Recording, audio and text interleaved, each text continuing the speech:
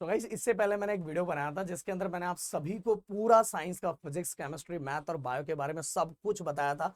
फिर आप लोगों में से बहुत सारे बच्चों का कमेंट ये था कि सर हर सब्जेक्ट वाइज बताओ कि हमें उस सब्जेक्ट में क्या कैसे कैसे क्या क्या पार्ट होता है और हमें क्या करना चाहिए। देखो गाइस 11th वाइज अगर 12th को आप कंपैरिजन कर रहे हो तो बिल्कुल गलत है, क्योंकि यहाँ बहुत सारी चीजें बिल्कुल अलग है। अगर आप अच्छे से फोकस करोगे तो बहुत कम टाइम में बहुत अच्छा स्कोर कर जाओगे। और जितना आपने 11th में, देखो आप ये डिमोटिवेट मत हो जाओ कि सर 11th के अंदर मेरा कोई स्कोर नहीं आया। और आपको अपनी गलती माननी पड़ेगी कि आपने जितना 10th में स्टडी की थी उतनी भी स्टडी 11th में की क्या? नहीं की।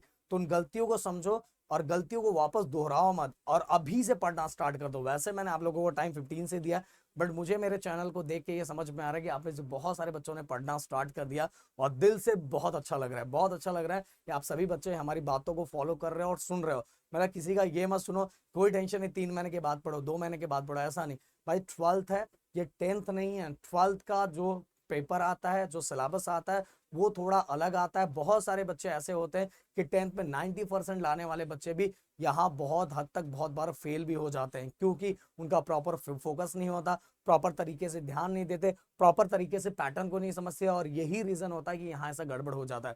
बट अगर आप अच्छे से फोकस करोगे तो ऐसे बहुत सारे बच्चे भी होते हैं कि जिन्होंने 10th स्टैंडर्ड के अंदर 55% निकाला था, फिर भी उन्होंने साइंस के अंदर इतना अच्छा स्कोर किया, 85-87% भी स्कोर किया, क्योंकि उन्होंने अपने आप को चेंज किया।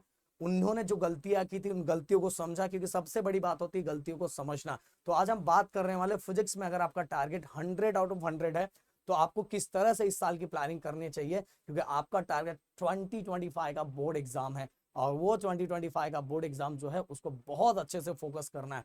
आप सभी को अगला जो फैब है उसमें आपको बोर्ड एग्जाम देना है। अगर अभी से सभी चीजों को समझोगे तो बहुत मजा आएगा। सबसे पहले मैं थोड़े दर्शन आपके बुक के करवा देना चाहता हूँ, क्योंकि बहुत सारे बच्चे तो बुक ही नहीं देखते भाई। ये देखो, ये आपका बुक है। देखो मैंने बच्चों को हमेशा बोला है, ये जो बुक होता है ना गाइस, ये जो बुक होता है, ये बुक आपको किस लिए होता है? इस बुक के अंदर एक्सप्लेनेशन दिया रहता है, एक्सप्लेन किया गया था टॉपिक को। बट एग्जाम में आपको एक्सप्लेनेशन नहीं लिखना रहता है, टीचर्स को ऑलरेडी आता है। बस वहां क्या रहता है, जो जैसा दिया हो बस उस क्वेश्चंस को लिखना रहता है। बहुत सारे बच्चे जैसा इसके अंदर दिया हुआ सेम टू सेम वैसा छाप देते हैं। उनको लगता है, जैसे अभी इसके अंदर आप जाके देखोगे, वी मैक्स करके एक टॉपिक है, उस वी मैक्स के टॉपिक के अंदर आप देखोगे तो वो 3-4 पेजेस का दिया है, जबकि आप करने जाओगे तो 1 से 1.5 पेज में वो डेरिवेशन कंप्लीट हो जाता है। आप इसके अंदर अगर फोकस करोगे, सिस्टमैटिक वे में जाओगे तो ज्यादा कुछ पढ़ना नहीं रहता, सही तरीके से पढ़ना रहता है। अब मैं 100 आउट ऑफ 100 की बात करूंगा तो बहुत सारे बच्चे बोलेंगे सर 100। अरे भाई मैं इंटरनल मार्क्स मिला के बोल रहा हूँ। 70 मार्क्स का आपका पेपर होता है और 30 मार्क्स का इंटरनल होता है। और 30 मार्क्स तो आपको आराम से मिल जाता है, कितना भी कुछ भी कर लो। 28-29 मार्क्स तो मिलता ही है मिनिमम, कितना भी करेंगे तो 27 से ज्यादा कुछ जाने वाला नहीं है। बट अगर आप कुछ ऐसे स्टूडेंट हो जिन्होंने स्टार्टिंग से बहुत अच्छा फोकस किया हर चीजों को, तो आपको 30 आउट ऑफ 30 मार्क्स में मिलेगा। क्यों? इसका रीजन ये है कि गाइस कोई भी कॉलेज अपने पैर पे खुद कुल्हाड़ी नहीं मारता। क्योंकि पता है जब परसेंटेज रिलीज होता है, कॉलेज वाइज भी होता है कि यहाँ कितने बच्चों ने कितना परसेंट लाया, कितने बच्चे फेल हुए, तो उससे कॉलेज का जो ग्रेड है होता है वो कम होता है। इसलिए कोई भी, भले आपको टीचर कितना भी बोले, but last to last management के हाथ में सब चीजें रहती है और मैनेजमेंट कभी भी अपने पैर पे कुल्हाड़ी नहीं मारता। तो बिल्कुल टेंशन मत लो, आप पूरी तरह से फोकस अपने 70 मार्क्स को करो। अगर 70 मार्क्स पर आपको फोकस हो गया तो 100 में वो अपने आप कन्वर्ट हो जाता है। अब फिजिक्स के अंदर देखो, फिजिक्स के अंदर मैं बात बताऊं, जो आपका पेपर डिजाइन किया जाता है उसके अंदर मोस्टली जो बड़ा क्वेश्चन रहता है, देखो 2 मार्क्स एंड 3 मार्क्स और 1 मार्क्स, 4 मार्क्स का भी क्वेश्चन रहता है, बट इसको ज्यादातर 2-2 मार्क्स में स्प्लिट किया जाता है। मतलब कुछ क्वेश्चन होंगे जो 4 मार्क्स के आएंगे, जैसे एंगल ऑफ बैंकिंग, ये सब क्वेश्चन 4 मार्क्स के आएंगे। तो मतलब वो भी उसके अंदर ही 5 क्वेश्चन रहता है, 5 में से 3 क्वेश्चन करना रहता है। ओके, तो अगर कोई ऐसा क्वेश्चन आता है कि जो डायरेक्ट 4 मार्क्स का आता है, बट बाकी उसमें और भी क्वेश्चन रहेंगे, वो नीचे वाला क्वेश्चन सेक्शन डी का, जिसमें 2-2 मार्क्स से भी क्वेश्चन रहेंगे। मतलब कहने का मतलब 2 मार्क्स वाला क्वेश्चन सबसे ज्यादा होता है। अगर बच्चा बस 1 मार्क्स वाला क्वेश्चन, 2 मार्क्स वाला क्वेश्चन सब कर लेता है, तो भाई पेपर में बहुत हद तक बहुत सारी चीजें कर लेता है। समझ आ रहा है? बहुत हद तक बहुत सारी चीजें कर लेता है।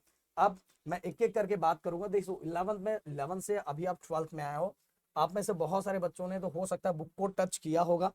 मैंने बोला कि जिस तरह से मैं अपने चैनल को इस समय एनालाइज कर रहा हूँ, तो आप में से बहुत सारे बच्चे पढ़ना स्टार्ट कर दिए हैं। और ये दिल से मैं फिर से बोल रहा हूँ, बहुत अच्छा लग रहा है, बहुत ज्यादा अच्छा लग रहा है। अपने चैनल पे, अपने इसी चैनल पे अगर मैं चैनल थोड़ा आपको दिखा देना चाहूँ, ये देखो, बस ऐसे होम बटन, होम पे जाना, और नीचे नीचे नीचे ऐसे जाना, जैसे ही नीचे जाओगे ये देखो पूरा प्लेलिस्ट बना हुआ है। और आप सभी को, अगर आप साइंस में हो, 12th में हो, तो आपके लिए टोटल 3 चैनल है। पहला ये, दूसरा गिरी ट्यूटोरियल जिसपे ये सभी अपलोडेड है, Giri tutorial and Pradeep Giri update, जिसपे गाइस लाइव लेक्चर से लेके सीटी से रिलेटेड सब कुछ उसी चैनल पे मिलने वाला है। तो ये 3 चैनल, और आने वाले दिनों में 15 को 70% काम हो चुका है। एक बहुत बड़ा अनाउंसमेंट हो, जो यहाँ तक सुन रहा होगा ना उसको भी पता चलेगा, एक बहुत बड़ा अनाउंसमेंट होने वाला है। देखो इंजीनियरिंग से रिलेटेड जो जेई होता है, उसका जो सीटी होता है, पीसीएम से रिलेटेड सब कुछ पे काम हमारा तो कई सालों से चल रहा था। बस एक फील्ड मिस हो रहा था, जो था हमारा नीट और पीसीबी वाले बच्चों के लिए। भाई वो, और हमारा कैसा था, हम किसी को भी खड़ा नहीं कर देते, हमारे यहाँ सब टॉप क्वालिटी का चलता है।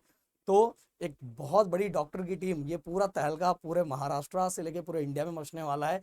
बस मेरा काम हो चुका है, 70% हो चुका है। बस प्रे करो ऊपर वाले से कि 100% में कन्वर्ट हो जाए। अगर 100% में कन्वर्ट हो गया तो आगे आने वाले 15 तारीख को, जिस दिन एक बहुत कुछ स्पेशल है, 15 तारीख को एक बहुत बड़ा अनाउंसमेंट होने वाला है।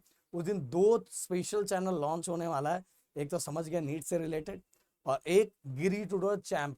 चैंप में हम लोग 1st स्टैंडर्ड से 5th स्टैंडर्ड वाले बच्चों को भी टॉपिक देने वाले, जिससे उनका बेसिक पहले से स्ट्रांग हो जाए। वैसे गिरी टूडो चैंप हमने ऑलरेडी बना दिया है, बट ऑफिशियली अनाउंसमेंट 15 को करने वाले। तो गिरी टूडो चैंप मैं देखना चाहूँ कितने बच्चे पता लगा पाते हैं, और जो भी पता लगा पा रहे हैं तो अपने भाई बहन जो 1st से 5th तक है उन तक पहुंचा दो। उनका स्टार्टिंग से ही बेस पूरी तरह से स्ट्रांग हो जाएगा, इसमें ये चाहता हूँ। बट ऑफिशियल अनाउंसमेंट तो 15 को होने वाला है। अगर 70 to 100 में कन्वर्ट हो गया तो नीट के लिए बहुत बड़ी चीज आने वाली है। तो बस प्रे करो यार। तो यह देखो, अब हम बात करेंगे कि देखो फिजिक्स के अंदर टोटल 3 चीजें होती है। सबसे पहली बात तो डेरिवेशन, दूसरी बात क्वेश्चंस, देन इसके बाद न्यूमेरिकल्स। अब बहुत सारे बच्चे, सर मुझे न्यूमेरिकल नहीं आता, सर मुझे न्यूमेरिकल नहीं आता। अरे भाई न्यूमेरिकल नहीं आता, न्यूमेरिकल तो नहीं भी करेंगे, ये बात अभी नहीं बताऊंगा। अभी नहीं बताऊंगा तो न्यूमेरिकल करोगे ही नहीं, वो लास्ट में बताऊंगा। अभी ये बोलूंगा न्यूमेरिकल कर लो। तो अगर आपको न्यूमेरिकल, डेरिवेशन, डेरिवेशन हार्डली, अगर आप ये सबसे ज्यादा डेरिवेशन ना ये वाले चैप्टर के अंदर है। अच्छा, रोटेशनल डायनामिक, रोटेशनल डायनामिक का स्टार्टिंग में ही पहले प्लेन कर्व रोड के लिए है, फिर इसके प्लेन कर्व रोड के लिए, फिर बैंक रोड के लिए, फिर उसके अंदर एंगल ऑफ बैंकिंग है, फिर इसके रोटेशनल डायनामिक्स। देखा जाए तो ये एक चैप्टर में ही है। हमारे टाइम ये टोटल 2 चैप्टर में डिवाइड किया गया था। एक था हमारा सर्कुलर मोशन जो हम 11th में पढ़े थे, और रोटेशनल मोशन जो 12th में पढ़े थे। बट अब ये एक साथ ला दिया गया है, रोटेशनल डायनामिक, मतलब 2 चैप्टर एक साथ कंबाइन कर दिया गया है। ये सेम टू सेम नीट, मतलब जैसे आप जे एनसीईआरटी की तरह बना दिया गया है। पहले ऐसा नहीं था, पहले ये सेपरेट था, अलग अलग था। तो इसके अंदर ही नंबर ऑफ डेरिवेशन है, बहुत सारे डेरिवेशन। और अगर आप जाके मेरा इसका लेक्चर देखोगे तो आपका दिल खुश हो जाएगा कि सर ये तो इतना सिंपल है। इसलिए बोल रहा हूँ कि जाके चीजों को फॉलो करो ना। बहुत सारे डेरिवेशन है, बहुत सारे डेरिवेशन है, और हर डेरिवेशन की प्रैक्टिस, डेरिवेशन की प्रैक्टिस आपको कैसे करना चाहिए। सबसे पहले आप टॉपिक को समझो, कम से कम डायग्राम्स एंड उसको 2-2 3-3 बार प्रैक्टिस करो। आप ये पूछो कि लास्ट में जो फाइनल रिजल्ट है उसका क्या क्या रिक्वायरमेंट है, फाइनल रिजल्ट का क्या क्या रिक्वायरमेंट। अगर वो चीजें आप समझना स्टार्ट करोगे, तो जैसे अभी मैं ये बोलूं tan theta equal to v² / rg, okay, theta tan equal की साइड ले गया तो tan इनवर्स हो गया, और v² / rg, ये हमारा है गाइस एंगल ऑफ बैंकिंग का फॉर्मूला। तो आपके मन में क्वेश्चन ये आना चाहिए कि ये tan कैसे आया, फिर इससे आगे वाला स्टेप क्या है, फिर वो क्यों आया, उसके आगे वाला स्टेप क्या है। बस वो सॉल्व करना है, और स्टार्टिंग के कुछ जो पॉइंट होते हैं, जो डायग्राम्स होते हैं, वो बना के उसको 3 लाइन एक्सप्लेन करना, और इसके बाद डायरेक्ट डेरिवेशन, और डेरिवेशन का फाइनल स्टेटमेंट। बस इतना ही करना है। बहुत सारे बच्चे देखता हूँ कि बुक में से निकाल के छापना, पूरा पॉइंट लिखना स्टार्ट कर दे, उसका कोई मार्क्स नहीं मिलता मेरे दोस्त, कुछ भी नहीं मिलता। इतने साल पढ़ाते हुए हो गया। मैं आपको बताना चाहूंगा, प्लीज डेरिवेशन, डायग्राम्स, डायग्राम में जो जो आपने लेवलिंग की उससे रिलेटेड 2-3 पॉइंट, और देन फाइनल देन इसके बाद डेरिवेशन, और डेरिवेशन का फाइनल स्टेटमेंट। बस इतना ही करना रहता है, ज्यादा कुछ भी लिखने की जरूरत नहीं पड़ती। अब अगर मैं 1 मार्क्स के क्वेश्चन की बात करूं, सर 1 मार्क्स के क्वेश्चन की तैयारी कहां से करेंगे। जैसे ही आपका चैप्टर कंप्लीट हो गया, आप गाइस, आप तो या टेक्स्ट बुक के पीछे जो है वो, और साथ में अगर आप 21 या नवनीत का डाइजेस्ट आपके पास है, दोनों में से आप 1 मार्क्स का क्वेश्चन पढ़ सकते हो, जो आपका आराम से हो जाएगा। 2 मार्क्स के क्वेश्चन जैसे आप चैप्टर खत्म कर लेते हो पूरा, फिर क्वेश्चंस भी देख लो कि उसमें कैसे कैसे टाइप के क्वेश्चंस पूछे जाते हैं, वो तैयारी अभी से कर लो। पूरा चैप्टर खत्म करो, फिर देखो 2 मार्क्स के क्वेश्चन कैसे कैसे टाइप के आते हैं। उत्तम करके एक बुक आता है, उसको भी आप फॉलो कर सकते हो। उसमें लिखा रहता है कि 2 मार्क्स के क्वेश्चन कौन से है, या नॉन नीट का 21 आता है, उसको भी कर सकते हैं। बट 12th के लिए ज्यादा बेटर उत्तम होता है।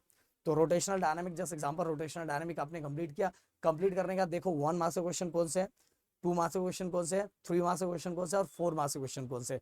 ये आप करोगे, आपको चैप्टर उसी टाइम कंप्लीट हो जाएगा। बच्चे लास्ट में भागते हैं, भाई ये सही तरीका नहीं होता। आपने चैप्टर पूरा पढ़ के खत्म किया, देन देखो कि उससे रिलेटेड कितने टाइप के क्वेश्चन पूछे जाते हैं। अब न्यूमेरिकल्स की अगर मैं बात करूं, तो न्यूमेरिकल्स आप जब कर रहे हो, कोई टॉपिक कर रहे हो, जैसे एंगुलर डिस्प्लेसमेंट आपने किया, तो एंगुलर डिस्प्लेसमेंट के नीचे आप देखोगे कि बुक में सॉल्व न्यूमेरिकल दिया, वो सॉल्व न्यूमेरिकल सबसे पहले करो। मोमेंट ऑफ इनर्शिया दिया हुआ, तो मोमेंट ऑफ इनर्शिया के नीचे कौन सा टॉपिक दिया हुआ है, उसको कौन सा न्यूमेरिकल दिया हो, उसको सबसे पहले करो।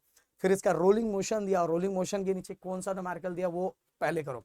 देखो जो अनसॉल्व न्यूमेरिकल दिया उसमें ऐसे बहुत सारे न्यूमेरिकल्स है, वो आपके प्रैक्टिस के लिए ठीक है, बट कुछ न्यूमेरिकल बहुत बड़े होते हैं और उतने बड़े न्यूमेरिकल अपने एग्जाम में नहीं आता। अगर आप इस तरह की तैयारी कर, हाँ उसके ऐसे न्यूमेरिकल करने चाहिए जो 2 और 3 मार्क्स के लायक है। और अगर वो बड़ा न्यूमेरिकल दिख रहा है तो उसको टच करने की बिल्कुल जरूरत है, हाँ अपने प्रैक्टिस के लिए कर सकते हो। और आगे आने वाले दिनों में आप सभी को मैं बताना चाहूंगा, देखो अपना ऑफलाइन बैच जो हमारे यहाँ ऑफलाइन बैच वो 20 से स्टार्ट हो रहा है। देन इसके बाद जो हमारे ऐप पे जो कोर्सेज स्टार्ट होगा उसकी लॉन्चिंग 25 अप्रैल को होगा, तो 27 28 से वहां भी लेक्चर स्टार्ट हो जाएगा। तो जो ऑफलाइन आना चाहता है वो ऑफलाइन आ जाए, जो ऑनलाइन आना चाहता है वो ऑनलाइन आ जाए, और जो यूट्यूब पे पढ़ना चाहता है वो हमारे डायरेक्ट यूट्यूब पे भी पढ़ सकता है। और इसके पूरे लेक्चर्स अपलोडेड है तीनों चैनलों पे। और साथ में इस बार एक्सरसाइज भी लाने का प्लान चल रहा है, जिसमें अपने बच्चों को कोई प्रॉब्लम नहीं होगा। तो भाई और डायरेक्ट बाय डायरेक्ट आ जाओगे तो वहाँ एक फायदा होगा, एक नोट से लेके हर चीजें हमारे साथ रहेगा। और हम जब आपको सामने सामने पढ़ाएंगे तो आपको और मजा आएगा। सही बात है कि नहीं, और मजा आएगा। तो भाई ये देखो, ये पूरी चीजें हमने यहाँ बता दी, सभी चीजें मैंने यहाँ समझा दी। बट फिजिक्स को सही ढंग से स्टार्टिंग से करना स्टार्ट करो। मैंने बता दिया कि 1 मार्क्स का कहाँ करना है, 2 मार्क्स का, 3 मार्क्स का, 4 मार्क्स का। और एक प्रॉपर स्केड्यूल बनाओ, प्रॉपर स्केड्यूल वाइज ही चीजें करो।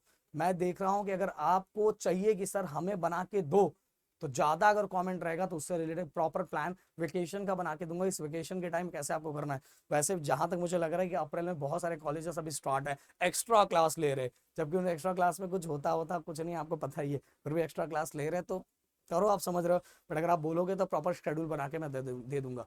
चलो मिलते हैं नेक्स्ट वीडियो में। Thank you so much guys, जय हिंद एंड जय महाराष्ट्र दोस्तों।